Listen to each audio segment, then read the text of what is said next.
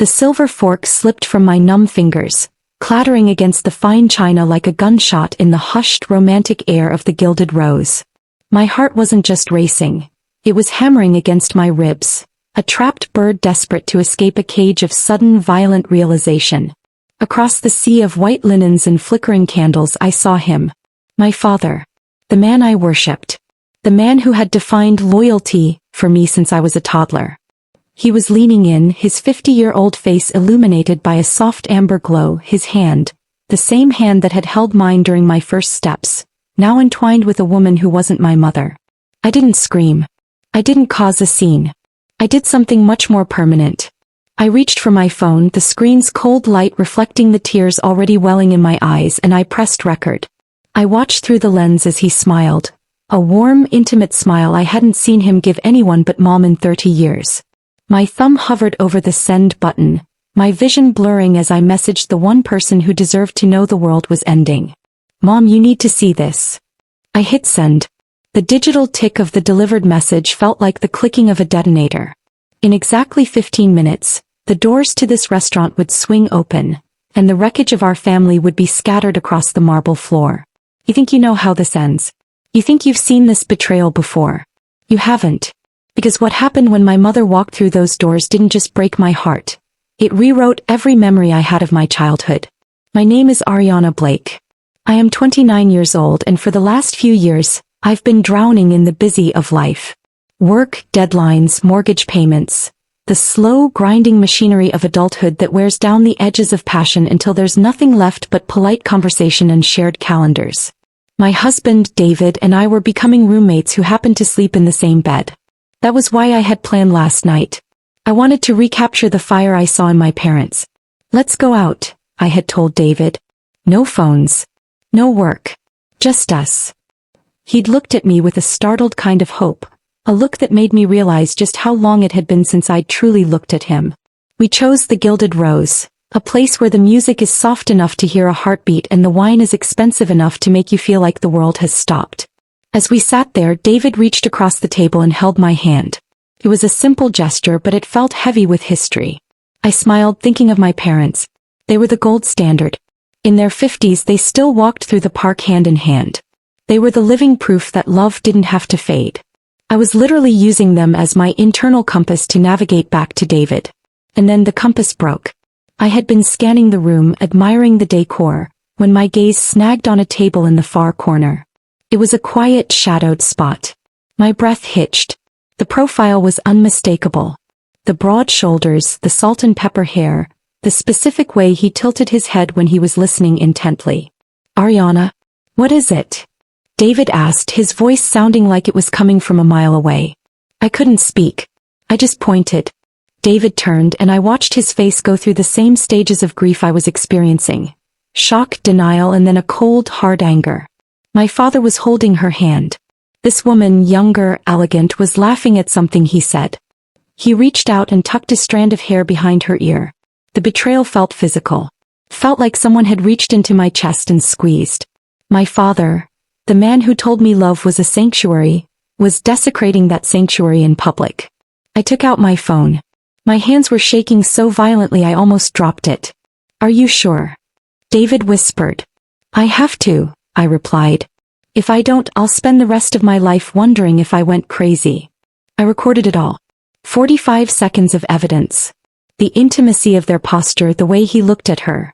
It was undeniable. I sent the video to my mother. I didn't think about the consequences. I didn't think about the trauma. I only thought about the truth. The wait was agonizing. Every second felt like an hour. I watched my father. He looked happy. That was the worst part. He didn't look like a man carrying a heavy secret. He looked like a man who had finally found a breath of fresh air. David and I sat in a silence so thick it felt like we were underwater. Kept checking my phone. No reply. Had she seen it? Was she at home collapsing on the floor? Or was she already in the car, fueled by the kind of rage that levels cities? The restaurant door groaned on its hinges. I looked up. My mother didn't enter like a whirlwind. She entered like a ghost. She stood at the entrance, her coat still wrapped tightly around her, her eyes scanning the room with a terrifying surgical precision. When she found the corner table, her face didn't crumple. It hardened into stone. She walked toward them. The sound of her heels on the hardwood was rhythmic, like a drumbeat leading to an execution. The restaurant began to go quiet. The staff sensed it. The other diners sensed it. My father was mid-sentence when he felt her presence. He looked up and the blood drained from his face so fast it was like a curtain had been pulled. He didn't jump. He didn't try to hide. He just sat there frozen. The woman with him looked confused, her eyes darting between my mother and my father. So this is where you've been? Mom's voice wasn't loud, but it cut through the room like a razor. I've been watching you for weeks, she continued. I saw the distance. I saw you getting quiet. I saw you staring at your phone, smiling at things that had nothing to do with me. I thought you were tired. I thought the business was weighing on you. She let out a short, jagged laugh that sounded more like a sob. I gave you everything. My youth. My love. My life. And this is the reward for 30 years of loyalty. The woman at the table shifted uncomfortably. Ma'am, don't, Mom snapped, her eyes flashing. If you want her, Arthur, then take her. I'm done competing with shadows. I'm done wondering why I'm not enough. Tears were streaming down her face now, but her voice remained steady, a testament to her strength. I'll leave. You won't have to hide anymore. The silence that followed was absolute. I was crying openly now, David's hand tight on my arm. My father slowly pushed his chair back. The screech of the wood against the floor felt like a scream. He stood up, towering over the table, but he didn't look guilty. Come. Mom, let's go, I whispered, standing up to intervene, but my father raised a hand. Sit down, Ariana, he said. His voice was firm, resonant. He looked at my mother. The woman sitting here, she is the wife of my best friend, Marcus. The room tilted. My mother blinked, her brow furrowing in confusion. What? At that exact moment, a man walked up from the restroom area. He was tall, dressed in a sharp blazer, and he walked right up to the woman, placing a hand on her shoulder and kissing her temple. He looked at my mother with a polite, confused smile. Is everything okay? I'm Marcus. This is my wife, Sarah. The air left the room. My mother looked at my father, then at the couple, then back at me. I was staring at my phone at the video I had sent. You said you gave me everything, my father said softly, stepping toward Mom.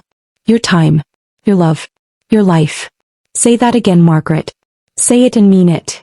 I haven't had an hour of your time in 6 months, my father continued. His voice wasn't an attack, it was a lament. I tried. I asked you to go to the park. I asked you to go to dinner. I asked you to just sit on the porch and talk to me. But you were always too busy. The meetings. The business. The calls. He took another step, his eyes never leaving hers. I started to feel like furniture in my own house. I felt like a ghost. I wanted to see if you even noticed I was fading away. My mother's shoulders dropped. The affair wasn't real. The date wasn't real. Marcus and Sarah were in on it. My father had staged a romantic dinner in the one restaurant he knew David and I were visiting, knowing I would see him, knowing I would record him, and knowing, hoping, that I would tell her. I started pretending, he whispered. I pretended to be busy. I pretended to smile at my phone. I wanted to see if you would fight for me. But you didn't even notice until Ariana sent you a video of me with another woman. That was the only thing that could get you out of that office. A scandal. My mother broke. She collapsed into a chair, her face in her hands, sobbing with a sound that tore through the restaurant. I didn't know. I thought I was doing it for us. I thought more money, more success. It would make our retirement better. There is no us in retirement if there is no us now, my father said. He knelt beside her, ignoring the stares of the entire restaurant. I didn't want to hurt you, but I didn't know how else to reach you. I just wanted my wife back. The restaurant slowly returned to its hum, though the atmosphere remained charged. People went back to their meals, but with a renewed sense of presence.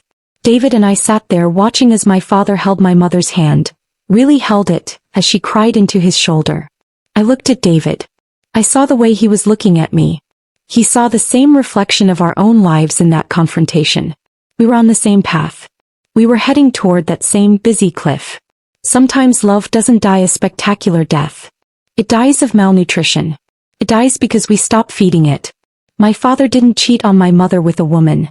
He cheated on the silence with a staged betrayal. He used the only weapon he had left to force her to see him.